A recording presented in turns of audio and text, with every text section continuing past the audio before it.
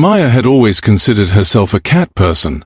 For 12 years, she had shared her apartment with a sleek, amber-eyed tabby named Orion. She fed him on time, kept his space clean, bought him the fluffiest beds money could buy, and yet, Orion remained distant. He knocked her coffee off tables. He yowled at 3 in the morning. He stared at her with those golden eyes as if she had committed some unforgivable crime in a previous life. It wasn't until she began studying feline behavior, truly studying it, that Maya understood the terrible truth. She had been doing almost everything wrong. The first revelation came on a quiet Tuesday afternoon. Maya watched Orion pace the kitchen while his food bowl sat full and untouched. He wasn't hungry. He was bored, and not in the way humans get bored, scrolling through their phones. This was a deeper, biological restlessness. According to research published in the Journal of Feline Medicine and Surgery, feral and wild cats spend their days hunting 10 or more small prey animals. Each hunt, the stalking, the crouching, the pounce, consumes significant mental and physical energy. Orion's ancestors had been hardwired for this.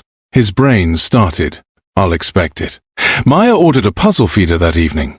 It was a small plastic contraption that hid dry kibble inside movable compartments. When she placed it on the floor, Orion approached with suspicion, sniffed it twice, then spent the next 40 minutes working his paw into every crevice, batting at levers, nudging hidden doors. When he finally collapsed on the rug afterward, it was the first time in years that Maya had seen him look genuinely at peace. His hunting drive had not disappeared. It had simply been waiting for somewhere to go. The second discovery came from a veterinarian friend who asked, almost casually, whether Orion drank much water. He didn't. Maya had never thought much of it. Cats evolved in desert environments, her friend explained. Their ancestors obtained most of their hydration from prey raw meat that is 70 to 80% water. So domesticated cats have inherited a weak thirst drive. They often don't drink enough from a still bowl. The consequences, her friend warned, were serious. Chronic kidney disease (CKD) and feline lower urinary tract disease (FLUTD) are among the most common causes of illness and death in domestic cats, and chronic dehydration is a significant contributing factor. Maya bought a small cat water fountain. The moving, circulating water triggered something instinctive in Orion. He began drinking regularly, almost enthusiastically.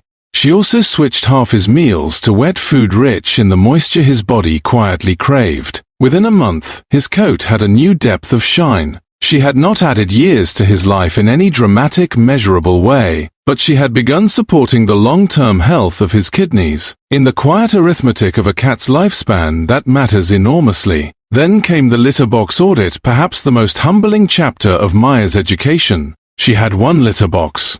She cleaned it every few days. Orion, she had noticed, sometimes went outside it, a behavior she had attributed to spite or stubbornness. The truth was far simpler. She had been asking him to use a toilet that, by his standards, was never clean. Cats possess between 60 and 80 million olfactory receptors. Humans have 5 million. What Maya experienced as a faint, manageable odor, Orion experienced as something closer to a chemical assault. And the rules of feline care are clear. The correct number of litter boxes is always n+1 box per cat, plus 1 additional.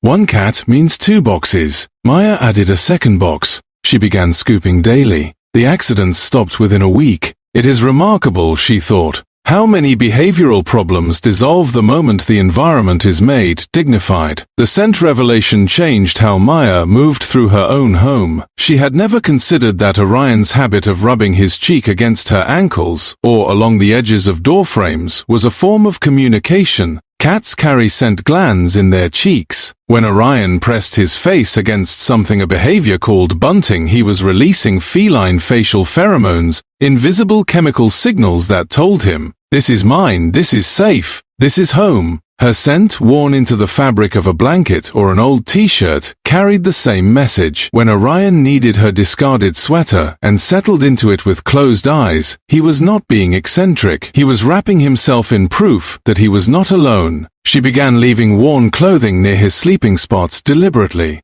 The final lesson was the strangest and, in some ways, the most moving. Maya learned that standing over a cat, eyeing down from full human height, can read as threatening to an animal that perceives elevation as a measure of dominance and danger. Tall things loom. Tall things are predators. One evening, instead of calling Orion to her, she simply sat on the floor and waited. She said nothing. She looked slightly away, avoiding the direct eye contact that cats interpret as challenge. Within minutes, Orion walked over. He sniffed her knee. He stepped onto her lap, turned twice, and lay down. It was the first time he had done so in years. Around that same time, she installed a tall cat tree near the window. Orion claimed the highest platform immediately. From there, he could observe the entire room, the street below, the birds outside, Maya moving through her routines. He was not aloof. He was surveying. Cats, she had learned, live in 3 dimensions. They need vertical territory as much as floor space. Height is not vanity for a cat. Height is security. Orion died at 17, a long life by any measure. In his final years, he was calm in a way he had never been as a young cat. He played with his puzzle feeders until the end. He drank from his fountain every morning. He slept pressed again. St. Maya's worn sweater. She had not learned to speak his language perfectly, but she had learned enough. And sometimes she thought, enough is everything.